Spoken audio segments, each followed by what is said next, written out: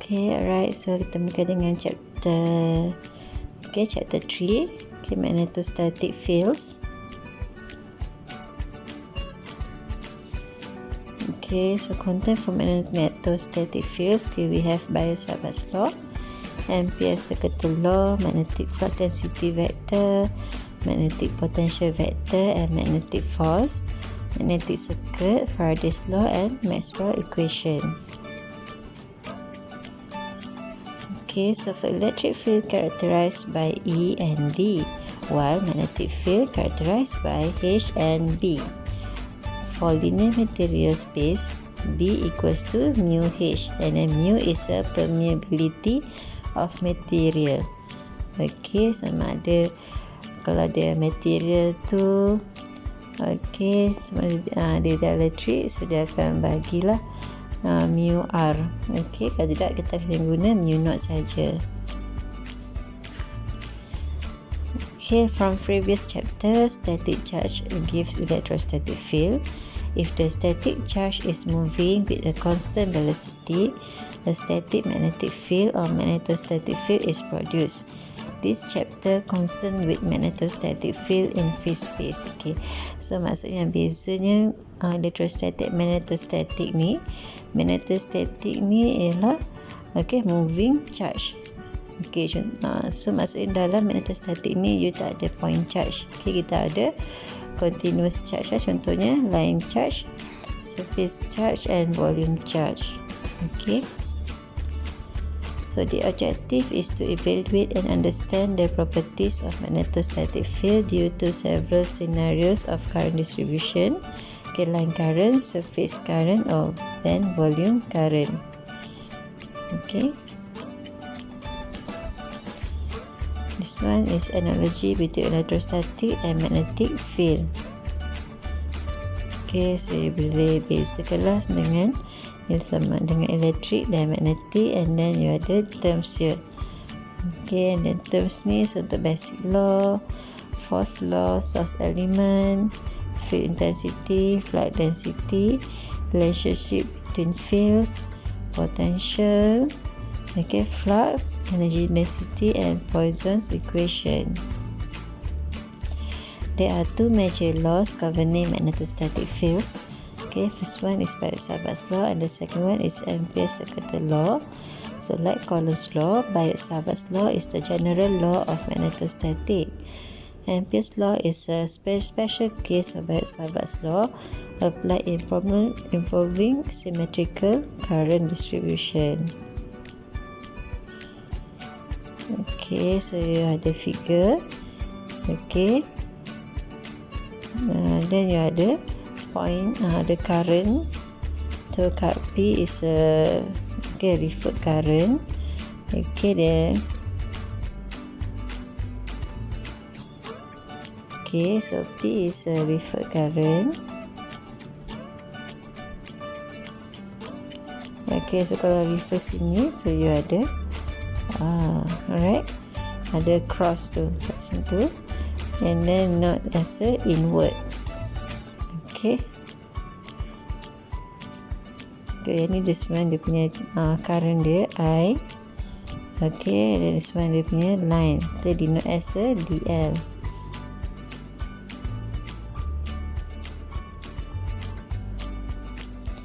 Biot-Savart's law states that the differential magnetic field intensity, or DH, produced at the point P by the differential current element IDL. Okay, number 1 is proportional to the product IDL and the sine of the angle alpha between the element and the line joining P to the element, and is inversely proportional to the square of the distance R between P and the element. Okay, this one how to derive, okay, to get the formula of H. Alright.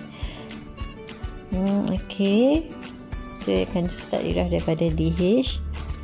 Okay, the H, unit of H is ampere per meter, and unit of B is Weber per meter square or Tesla. Okay, firstly you derive with DH equals to K I dl sine Okay, alpha over r squared, where k is 1 over 4 pi.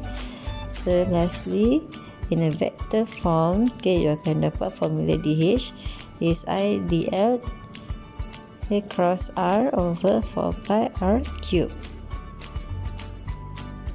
Okay, so ni adalah formula yang kita akan guna lah. Okay, especially yang bahagian ni. Okay, so this one dh.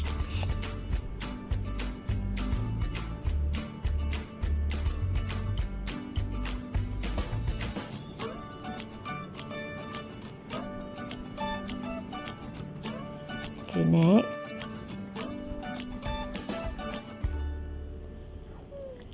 Okay, so you ada current point dia P tu, then dia bentuk cross ni maksudnya dia into the page. Okay, dia ada dua sama, ada dot ataupun cross simbol dia, so you kena hati-hatilah, kena tengok dia punya simbol tu ya. Okay, dia ada line charge ni dekat z-axis. Okay, denote as I, then dl. Okay, then r is a magnitude. Okay, from point of current ni, okay, dengan line charge dia. Okay, the direction of h can be determined using right hand rule, where right hand thumb pointing in the direction of the current, the rest of right hand fingers encircling the wire as the direction of dh. Okay, alternatively, we can use the right handed screw rule. Okay lah, so kalau refer pada figure yang sebelum ni, okay, I dia tu, okay, point to D, okay, z axis, okay, you kena guna right hand lah, right, and then H tu encircling the current, right.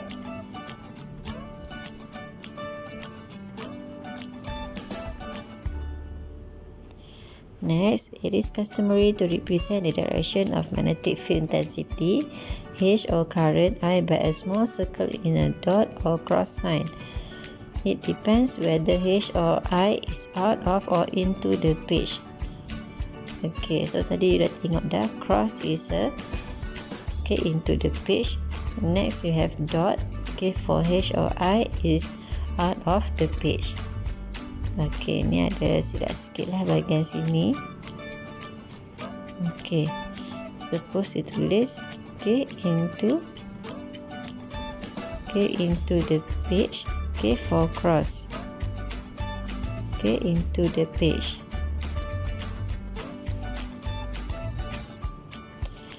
Okay, if in electrostatic we have a different charge distribution, but in magnetostatic we have different current distribution, which are line current, surface current and volume current.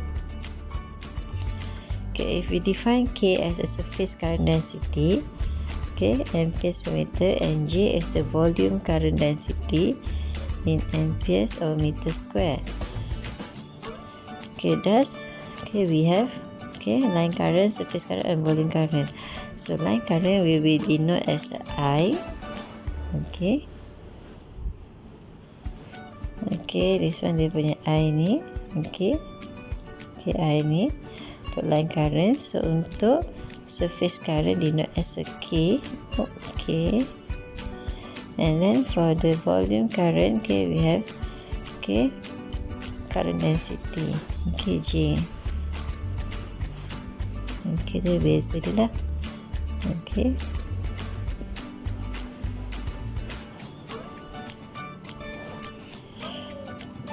Okay, so untuk example, KH due to infinitely long straight conductor. Okay, kalau reverse ni consider an infinitely long straight conductor along z-axis. The current passing through the conductor is a direct current of I ampere. The field intensity H at a point P is to be calculated, which is at a distance R from the z-axis. Okay. So firstly, so you kena tahu lah untuk bahagian ni. Okay, I dl equals to I dz. Okay, sebab dia dekat z-axis. Okay, z-axis. Okay, dz.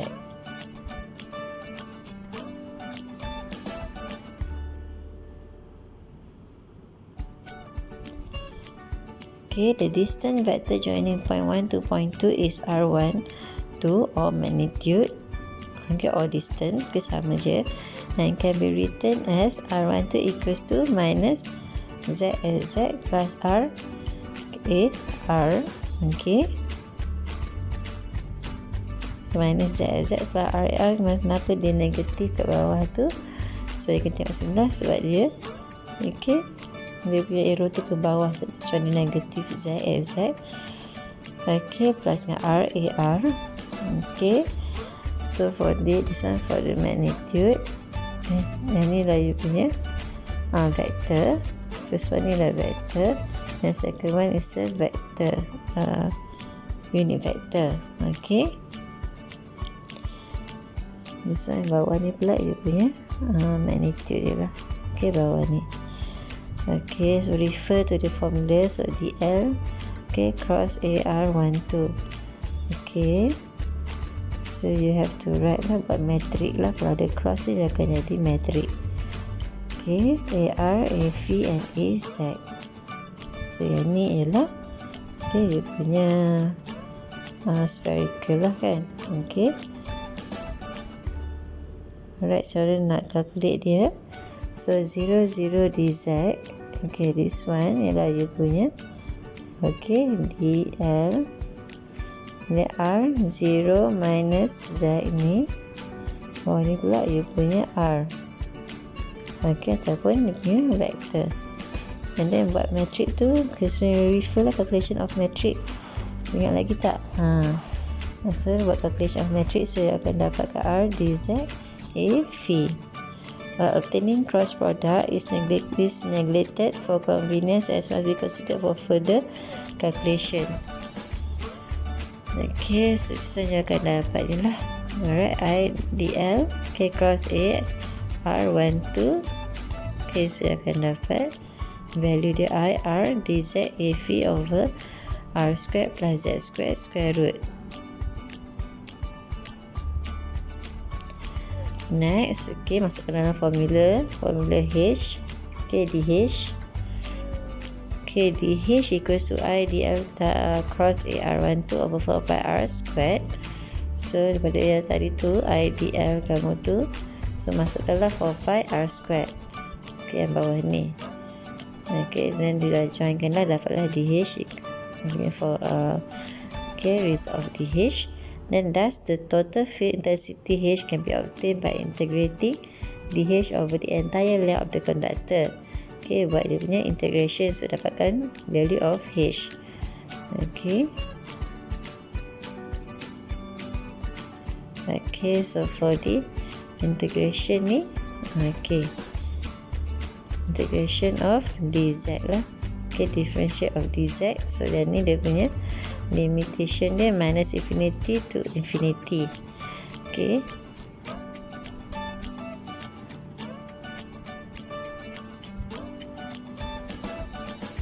Okay, then lastly after you buat calculation semua tu, so you akan dapatlah H equals to 1 over 2 pi R AV ampere per meter and B equals to mu H, okay, equals to mu I over 4 pi R AV Weber per meter squared. Okay, next we have example 7.2. Okay, so boleh refer lah, okay, how to calculate and get the result. Example 7.3. Okay, untuk okay, untuk bahagian surface current or sheet current. Okay. Okay, yang penting you tahulah formula dia and then how to okay, key in the value of DL. Okay, DL and this one bawah ni R atau vector. Okay. And then you kena tahu buat metrik lah. Ingat lagi buat metrik. Sama ada atas tu, okay, you susun dah X, Y, Z. Kalau untuk Cartesian coordinates, okay.